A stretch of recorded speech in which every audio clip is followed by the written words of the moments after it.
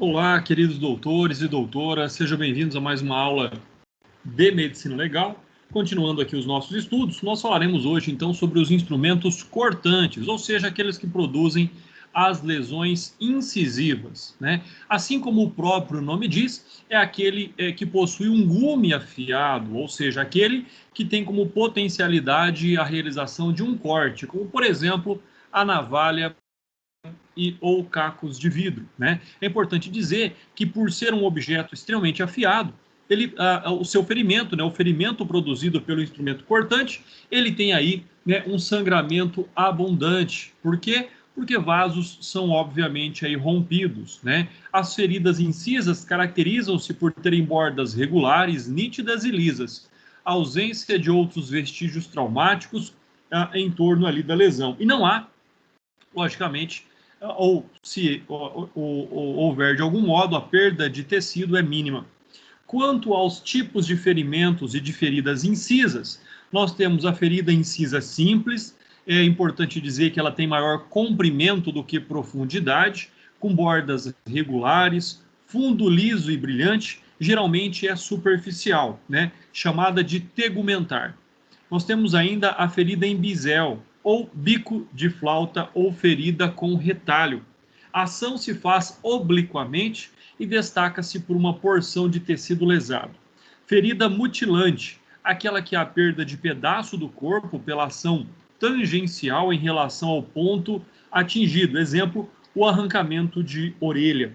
Então, as feridas incisas, né, de regra, ela é mais profunda na porção inicial e mais superficial na sua porção distal, formando uma cauda de escoriação. E é por meio da cauda de escoriação que nós então podemos aí observar, né, qual foi o ponto final daquela lesão.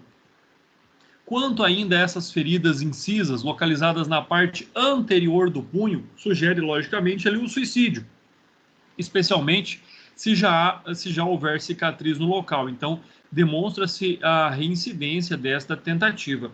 Já a multiplicidade de golpes é comum em caso de homicídio. E as lesões por hesitação indicam que o indivíduo testou a sensibilidade da pele, se for o caso de suicídio, e indicam sadismo, tortura, se tratar de homicídio.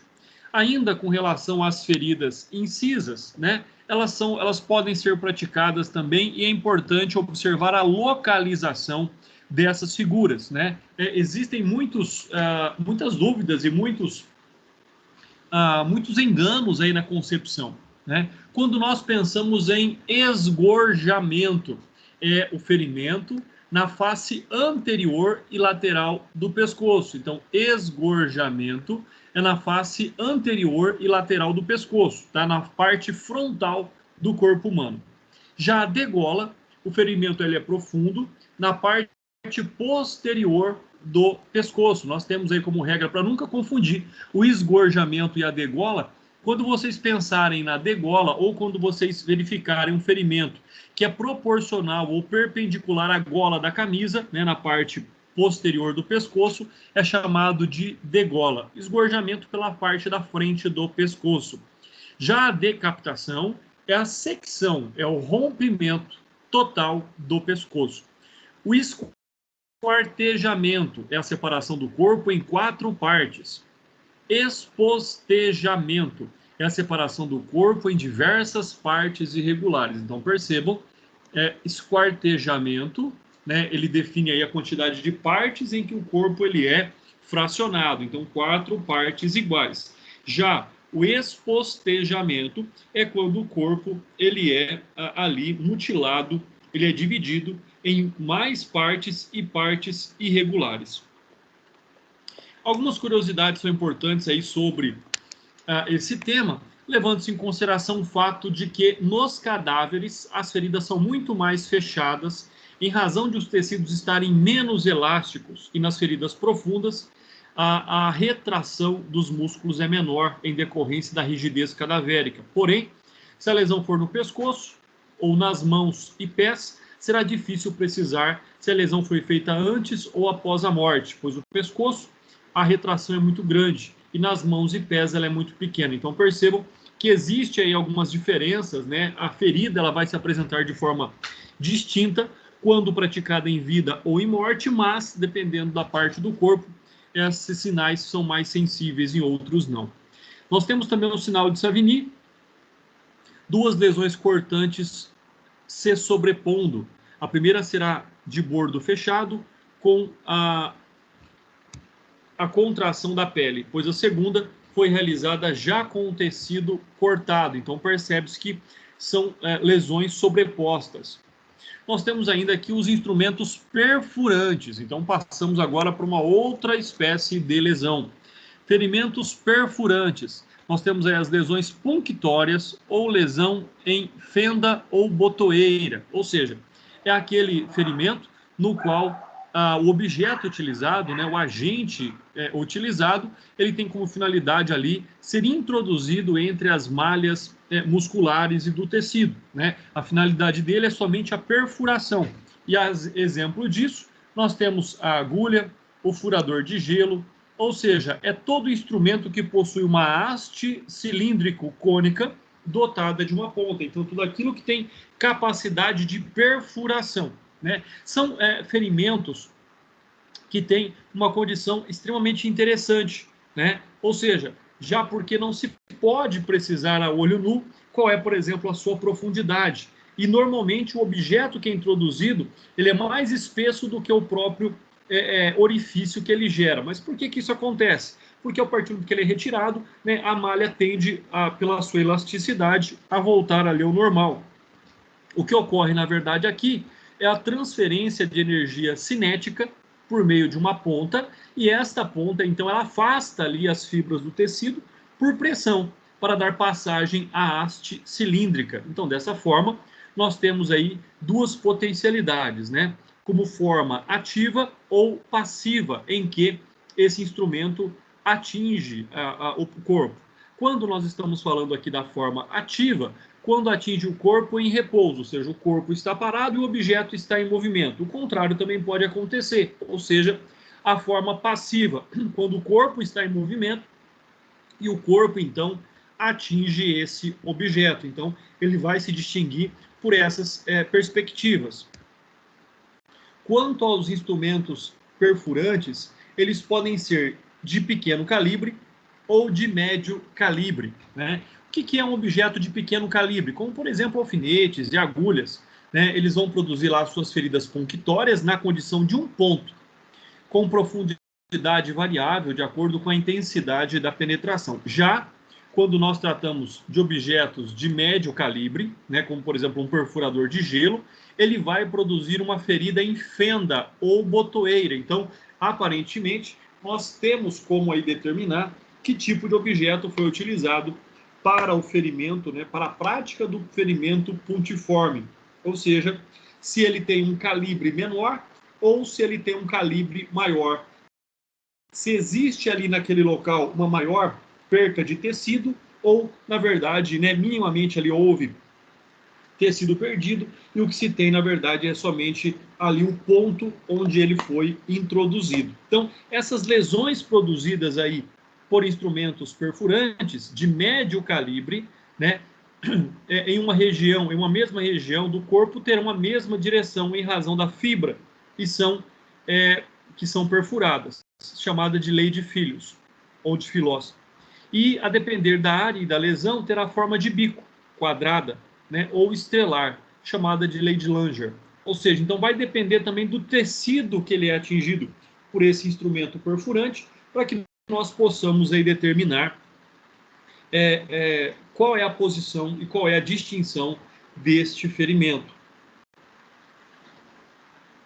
De acordo com o professor José Mauro de Moraes, né, citado lá no livro do Rogério Greco, a obra Medicina Legal à Luz do Direito Penal e do Direito Processual Penal, nós temos então aqui algumas definições sobre essas leis, né? A lei de Filhos, ou de Filós, as feridas deixadas pelo instrumento perfurante são semelhantes às produzidas por um instrumento de 2 gumes, né? Ou seja, então ela acaba demonstrando ali um determinado corte nas suas extremidades. Ainda assim, na mesma região, o maior eixo das feridas estará orientado no mesmo sentido das fibras musculares subjacentes, ou seja, ele vai entremear ali as fibras, né, e não seccioná-las. Já a lei de Langer, nas regiões onde há cruzamentos de muitas fibras, as feridas tomam a forma, né, de quadriláteros, ou triângulo ou seta, resultante no equilíbrio dessas forças, chamadas de lei da elasticidade. Então, nós temos a lei da semelhança, nós temos ainda a lei do paralelismo e a lei da elasticidade. Para que vocês possam compreender melhor, então nós temos o instrumento perfurante, vai depender se o calibre dele é fino ou médio, né? Pequeno ou médio, e aí nós teremos então uma ferida punctória ou uma ferida em fenda ou de botoeira. Botoeira, pessoal, é como se fosse a casa do botão de uma camisa, né? É por isso que se chama de botoeira. Então, essas são algumas características aí dos ferimentos puntiformes. Além disso, nós podemos compreender então que, a partir do momento em que o objeto, por essa energia, ele é transferido para o corpo, eles tanto podem ser superficiais, penetrantes ou transfixantes. Né? Superficiais em que ele vai ali ter uma lesão de pequena profundidade. Penetrantes é aquele que de fato ingressa dentro do organismo humano. E o transfixante é que entra de um lado e aí sai do outro. Né? Quanto a esses instrumentos perfurantes ou perfuro-cortantes, né? Porque eles podem também, né? O instrumento cortante também tem capacidade de perfuração. Se ele for puramente perfurante, ele transfere ali uma energia cinética por meio de uma ponta e afasta as fibras do tecido por pressão.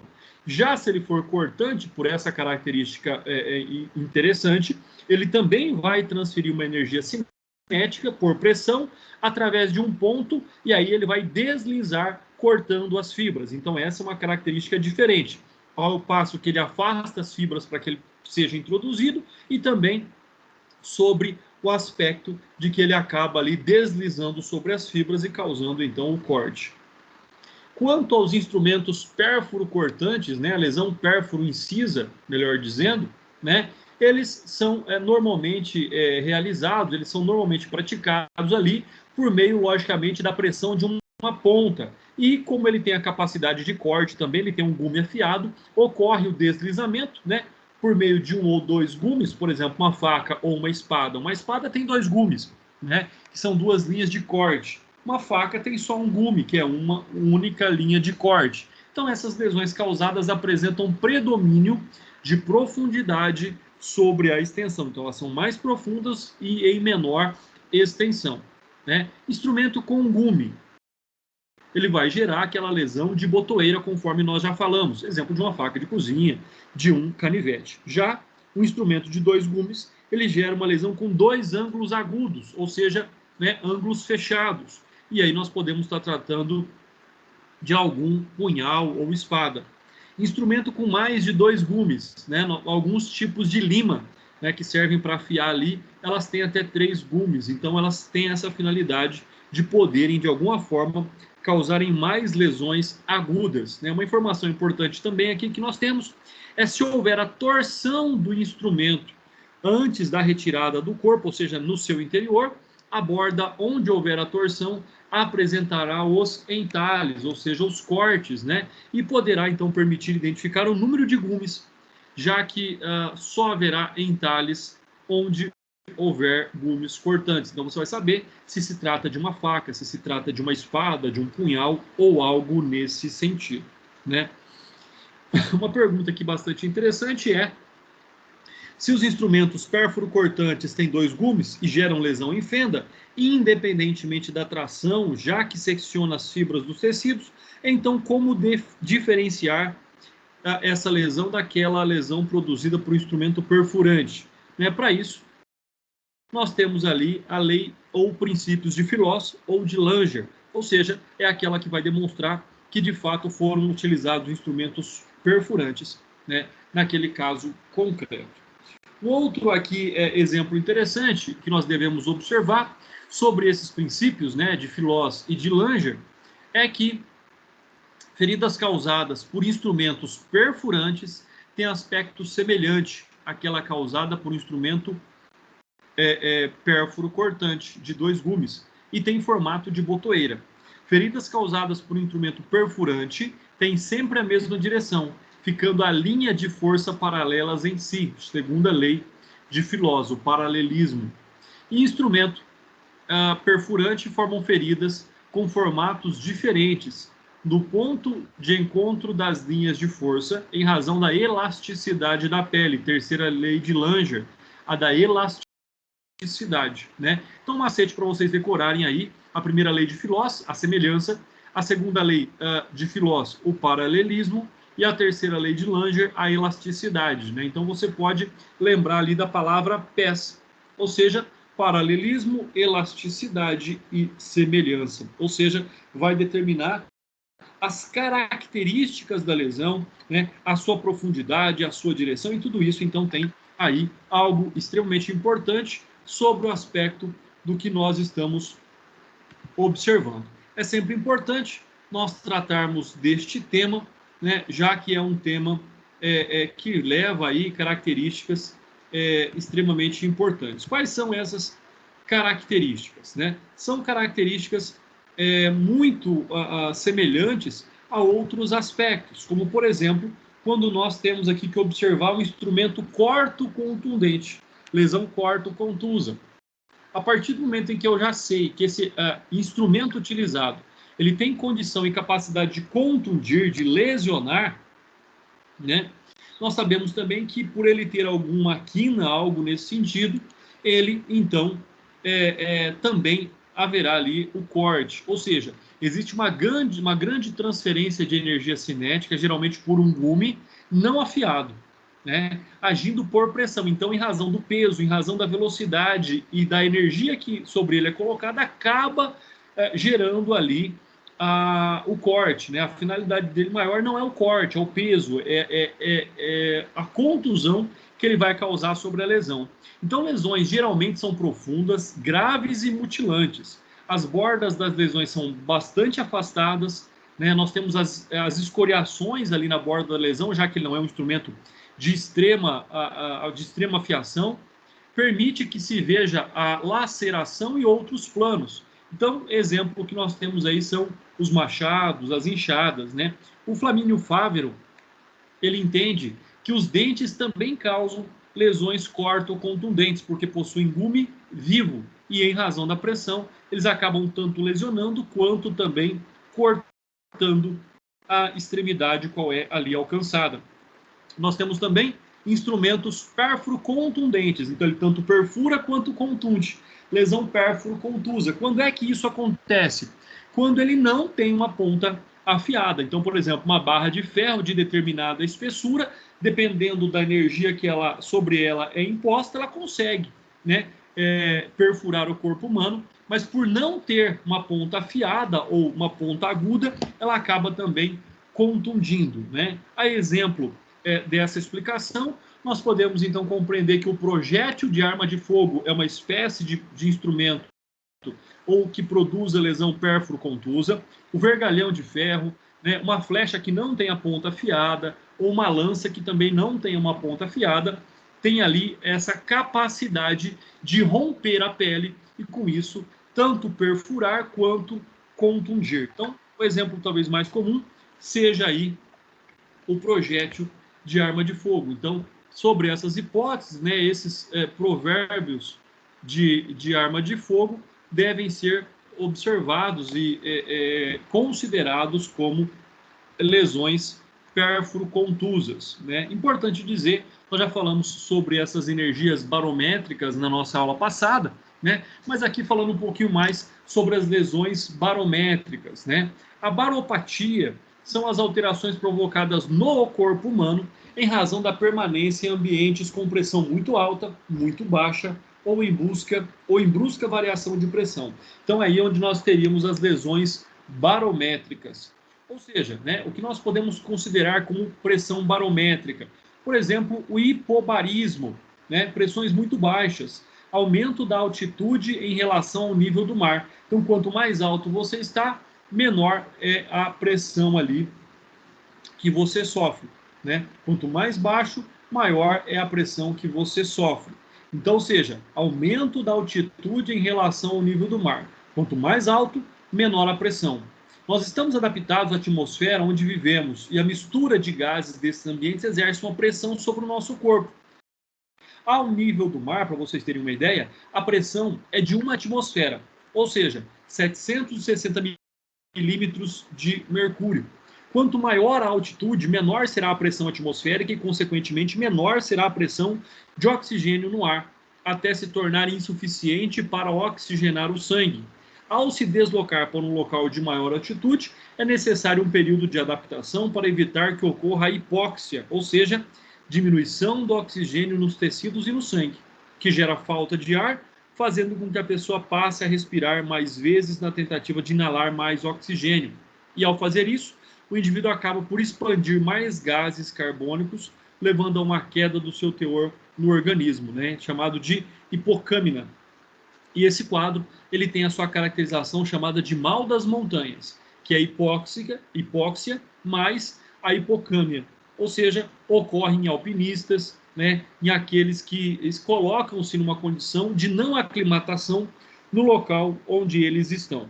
Alguns sintomas do mal da montanha é a excitação mental, tagarelice, crise de riso ou de choro, irritabilidade, né, ideias fixas, confusão mental, semelhante à embriaguez alcoólica. Na sua prova, pode vir o nome ali de mal dos aviadores também, já que estes, quando operam em cabines sem recursos, sofrem os mesmos efeitos. Então, percebam aí uma das hipóteses, né, da questão das pressões aí barométricas. Né? O próximo seria o hiperbarismo. Né? O hiperbarismo seria o mal dos mergulhadores. O hiperbarismo ocorre quando a pessoa está muito abaixo do nível do mar. E aí ele sofre um aumento da sua pressão, né? E esse aumento da pressão ele vai agir nos tecidos do nosso corpo, que apresentam diferenças ali sobre a sua elasticidade e dureza. E em razão do aumento da pressão, sofrem compressões externas, caso não haja compressão pelo aumento da pressão da cavidade em órgãos em que há o ar. Razão disso, por exemplo, mergulhadores utilizam roupas especiais com bombas de pressão no seu interior para contrabalancear a pressão ambiental. E se não houver essa compensação de energias mecânicas por meio hiperbárico, pode causar o esmagamento do tórax e as alterações bioquímicas causadas pela descompressão. Por isso que o mergulhador ele tem que fazer uma descompressão gradativa, né? Ou seja, ele tem que voltar à superfície, né, ali por etapas, fazendo com que o seu corpo volte a se adaptar à pressão do nível do mar. Quando ocorre uma descompressão muito rápida, né, na verdade, o que vem acontecer? Em razão dessa brusca mudança ali do ambiente de pressão normal, de um ambiente para uma pressão baixa, existe, por exemplo, no caso de uma descompressão da cabine de um avião, ou de ambientes hiperbáricos, como no caso do nível do mar, né, mergulhadores, mineiros, que sobem rapidamente e vão sofrer as consequências dessa não descompressão adequada. A doença da descompressão ou doença dos mergulhadores, ou mal dos caixões. O aumento da pressão faz com que os gases respirados se dissolvam em maior quantidade no sangue. Esses gases geralmente se depreendem de forma de bolhas que se alojam nos tecidos. Então, existem ali nas membranas, na pleura, principalmente do pulmão, nós vamos ter ali as imagens, né, de pequenas bolhas, né, que formam no tecido de cor já mais escurecida. E pode também haver ali a chamada embolia traumática pelo ar, né, no caso de um acidente de mergulho. Ocorre quando a subida é muito rápida, em consequência da ruptura dos alvéolos, né, pulmonares, que permitem a passagem do ar para os vasos sanguíneos, né, assim formando bolhas que entopem os vasos. Então, é onde nós temos coágulos de sangue, então essas bolhas em razão dessa embolia traumática pelo ar, em razão aí do hiperbarismo. E pode acontecer até mesmo as explosões. Grande força expansiva dos gases liberados em uma explosão é transmitida em todas as direções, causando o chamado de impacto blast, né, sobre corpos que entrarem em contato podendo ocorrer por até 3 formas: pelo ar, pela água ou pelos sólidos. E as lesões provocadas dependerão do tipo de blast. O ambiente de alta pressão exerce no organismo efeitos compressivos e efeitos descompressivos, né, denominados de barotraumas. Então são muitos os exemplos, são muitas as formas ali que nós observamos dessas lesões pela energia barométrica. Já em razão dos traumas pela energia térmica, né, nós estamos aí sobre 2 opostos também, seja pelo frio, seja pelo calor, né? O corpo humano ele tem aí uma temperatura média de 36 graus e meio. Então, quando ele sai dessa temperatura, logicamente ele sofre consequências, né? E alguns autores dizem que o corpo humano não resiste a temperaturas abaixo de 32 graus ou acima de 42 graus.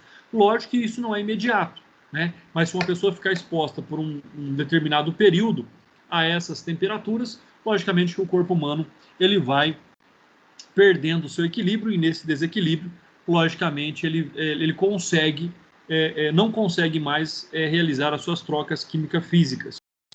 Agora, é importante dizer ainda que, obviamente, o corpo humano possui mecanismo que mantém a nossa temperatura, já que o ser humano é homeotérmico, ou seja, temos temperatura estável e não varia de acordo com o meio ambiente. Nós sabemos que existem animais, né, não mamíferos, que têm temperaturas diferentes, onde ela vai se adaptar ao ambiente. Quanto ao calor, né, a ação do calor difuso, ou seja, como é que o calor vai agir no corpo humano, o qual causa termonoses, doença causada pelo calor. Quais são essas termonoses? Insolação, a ação do calor cósmico. É causado, então, pelo calor natural. Percebam, insolação, calor natural, decorrente de altas temperaturas, raios solares, excesso de vapor de água atrelado a problemas de saúde, como doenças respiratórias e circulatórias, né? Então, essa é uma hipótese. Nós temos também a intermação, que ela acontece pelo excesso de calor artificial, como a falta de ventilação ou falta de renovação do ar em alguns ambientes, como a hipótese, por exemplo, do confinamento, né? Então, ali também existe um aquecimento do corpo em razão de um calor artificial, insolação natural, intermação artificial. Algo também aqui extremamente importante dizer é que, quanto a essa ação do calor direto, ou seja, em razão do local, o que ele vem produzir no local que recebe aquele calor direto? As chamadas queimaduras, né? Ou a morte instantânea das células que estejam no ponto mais quente e a morte tardia das outras que estejam ali mais afastadas deste ponto de maior calor. Então, nós temos aí como forma de observar essas queimaduras as chamas, os gases, líquidos ou metais aquecidos, que vão causar essa queimadura na derme, na epiderme, né? E aí nós temos lá as queimaduras de 1º grau, 2º grau, 3º grau. Existem outras queimaduras ainda que são causadas pela reação, uma reação química sobre a pele, né? Ou fotodérmica, chamada de queimadura fotodérmica, que acontece, por exemplo, com ali, né, o limão, quando o suco do limão ou o sumo do limão, ele é exposto na pele e a pele é exposta ao sol. Pode até gerar ali queimaduras fatais, né? Não sei se vocês já ouviram dizer, pessoas que passavam chá de caju, né, ou chá de folha de figo no corpo e tomavam sol. E aí isso gera uma queimadura na pele, né? Logicamente que quando ela não é controlada, isso pode levar, de fato, à morte do indivíduo. E como eu havia dizendo, nós temos aí, de acordo com a classificação das queimaduras de Hoffman, né, os níveis de queimaduras. Então, nós temos 4 níveis, 4 graus de queimaduras, né, no caso aqui.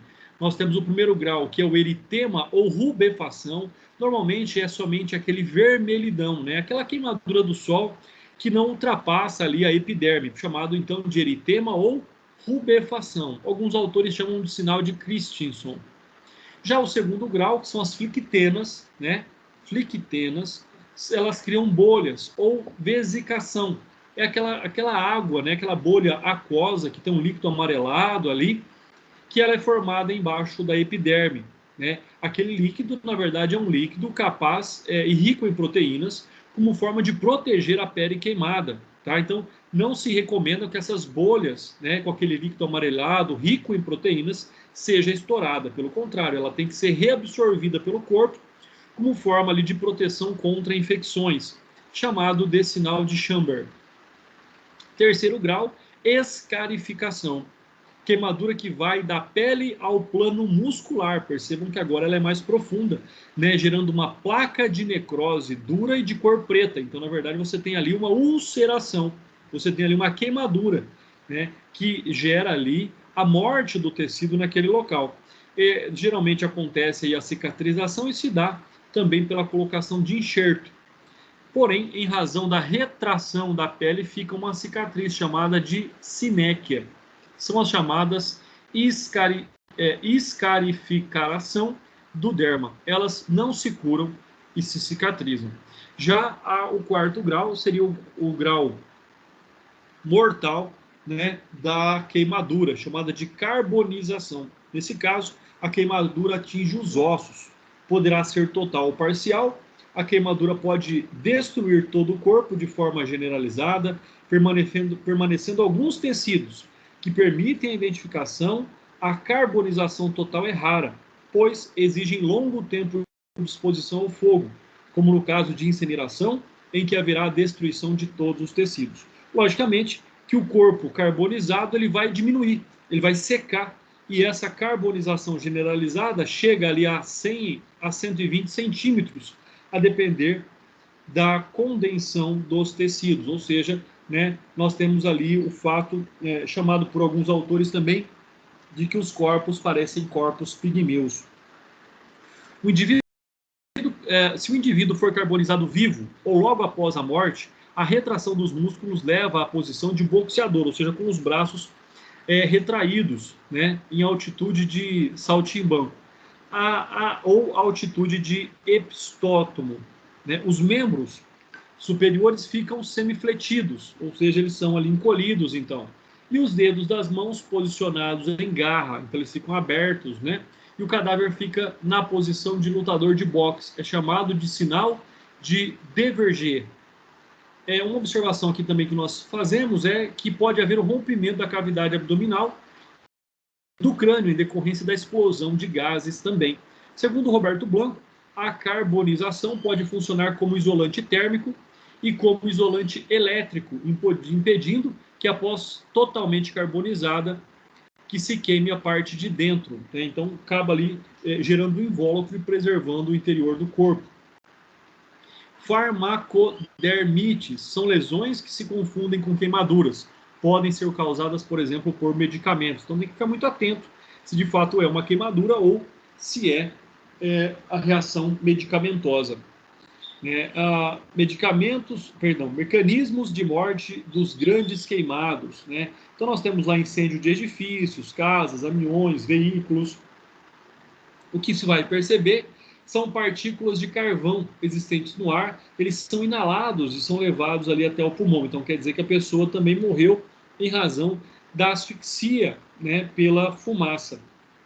Tanto o ar quente quanto os gases superaquecidos só queimam a mucosa da entrada do aparelho respiratório e não chegam ali a queimar os pulmões nesse primeiro momento, enquanto não há a carbonização. Em se tratando de recinto fechado, a morte será pela asfixia, porque o fogo consumirá o oxigênio do ar, que levará a uma queda da sua concentração no ar inspirado. Além disso, haverá intoxicação por monóxido de carbono, no caso lá, por exemplo, que nós vimos lá daquela boate, né, da Boate Kiss, onde muitas pessoas morreram pela asfixia, pela intoxicação por monóxido de carbono. Nas mortes por calor, né, queimadura, nós temos um agente vulnerante térmico. Temos a presença de ao menos 3 características. O primeiro é o sinal de Montaut, presença de marca energética na árvore respiratória, em decorrência da aspiração da fuligem. Então, você vai ver a árvore respiratória suja de fuligem. Segundo, presença de fuligem nas vias digestivas. E terceiro, presença, né, da carboxihemoglobina no sangue em percentual acima de 50%. Quanto a esses agentes térmicos, eles podem ser considerados como própria chama, gases ou vapores superaquecidos, líquidos, escaldantes ou até mesmo sólidos, no caso ali os metais. Como causa jurídica, a morte é por essa questão térmica, tanto pode ser acidental quanto criminosa. No caso acidental de crianças, idosos, alcoólatras, fumantes ou acidentes aéreos ou terrestres. E na hipótese criminosa, nós temos a tortura, castigo corporal, o homicídio ou até mesmo no caso de incêndios criminosos.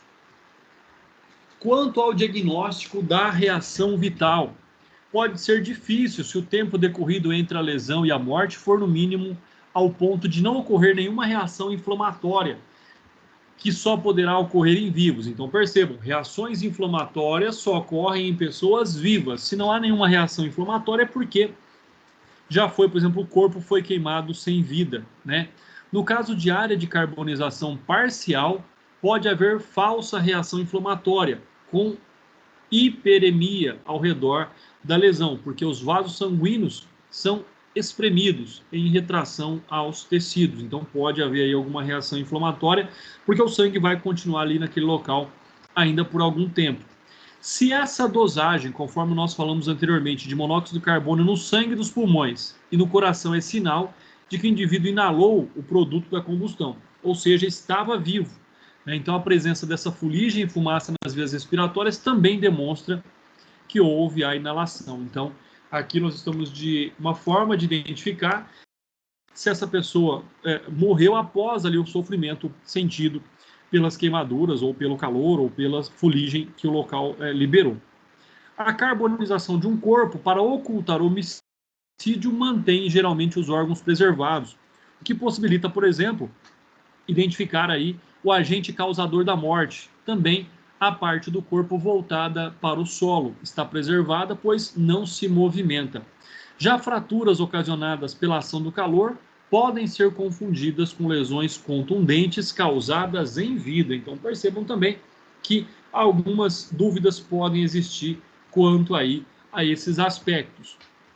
Uma atenção importante que nós temos que ter é que nas queimaduras a gravidade é determinante mais pela extensão do que pela profundidade, especialmente se atingirem mais de 40% da superfície do corpo, levam à morte por insuficiência renal também, tá? E nós temos, como eu já disse, lesões térmicas tanto pelo calor quanto pelo frio. Então, a ação do frio difuso, ação do frio difuso. Quando a temperatura do corpo cai abaixo de 35 graus, haverá hipotermia. A hipotermia pode ocorrer pela exposição à temperatura ambiente muito baixa ou porque o ajuste térmico do organismo estava prejudicado pelo efeito de alguma droga, como álcool, ou a pessoa estava doente.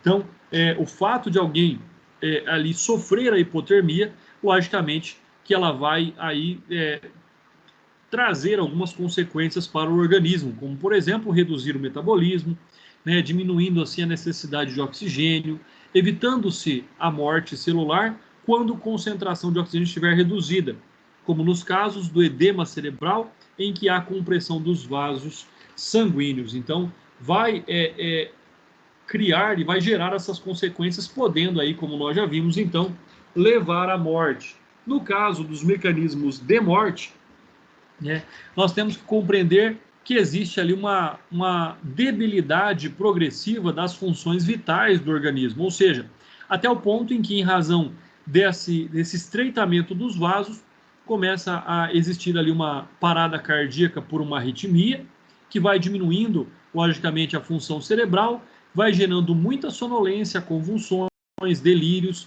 alteração dos movimentos e até mesmo a sensação de anestesia.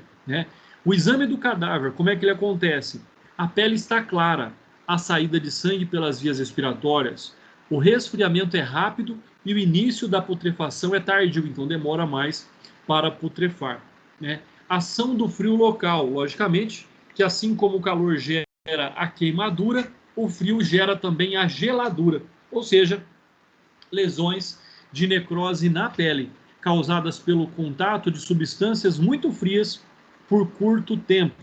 E aí nós temos graus também de queimaduras, ou de geladuras, melhor dizendo.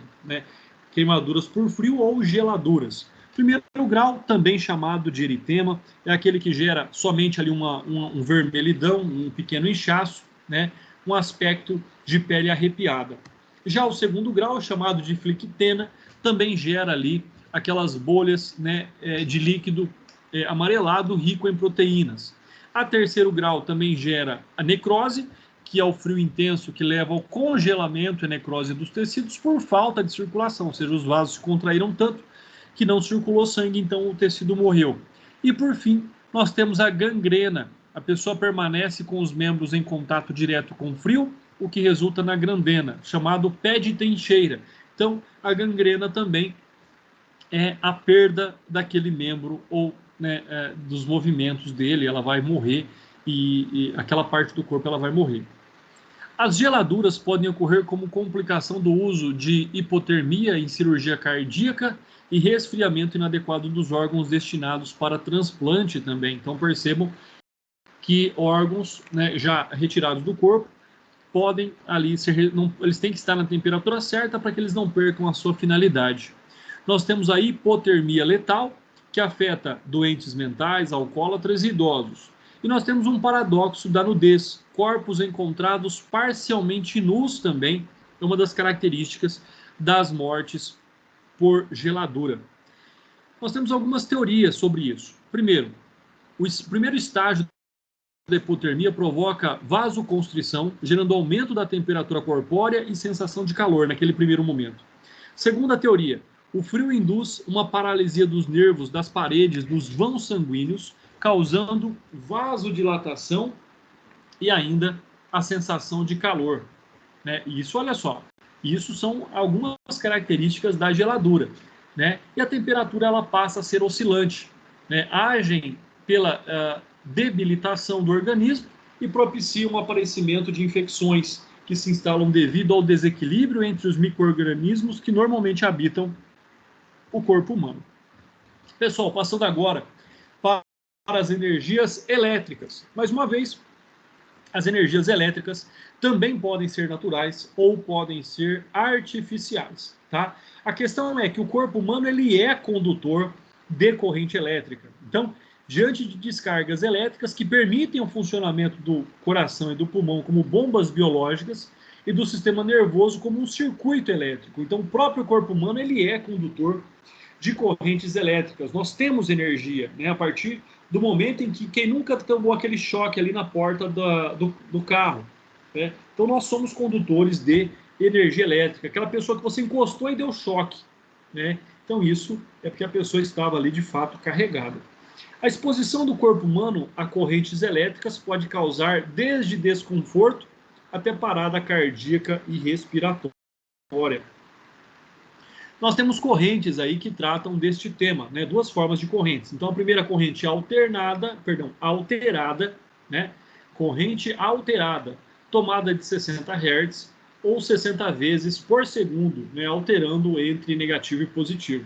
E nós temos a corrente contínua, né? Como, por exemplo, a bateria de um automóvel. Corrente elétrica é o que se estabelece entre dois pontos de um corpo e depende da tensão e da resistência do corpo.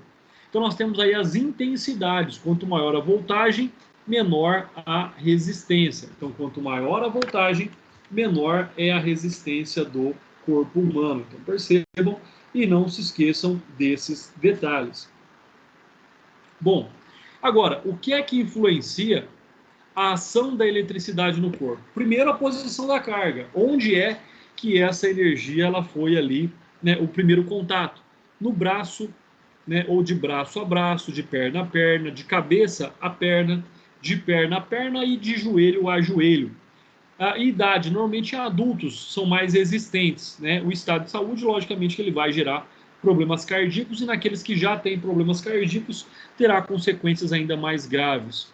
Quanto à ação da eletricidade natural ou cósmica ou ainda meteórica, no caso dos raios, né, nós temos uma ação letal chamada de fulminação ou uma ação lesiva, aquela que não causa morte, chamada de fulguração. Então, quando alguém, ela cai um raio na pessoa, ela não morre, significa que ela foi fulgurada ou ela foi vítima de uma fulguração. Se ela morrer em razão dessa energia elétrica natural ou cósmica ou meteórica, nós estamos diante de uma fulminação. Essas lesões externas têm aspectos arboriformes, um contato mesmo de uma árvore, ali dos galhos de uma árvore, né?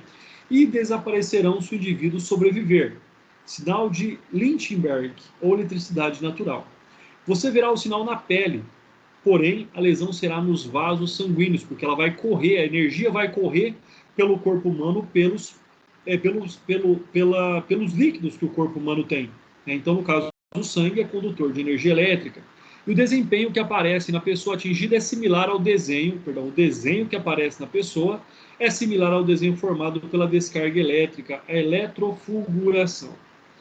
A ação da eletricidade industrial, ou seja, aquela que não é natural, produz a síndrome da eletropressão, que engloba todas as lesões, ou seja, com ou sem a morte. Então, em se tratando de energia elétrica industrial, nós temos ali a síndrome da eletropressão, né? E isso, independentemente se causa a morte ou não.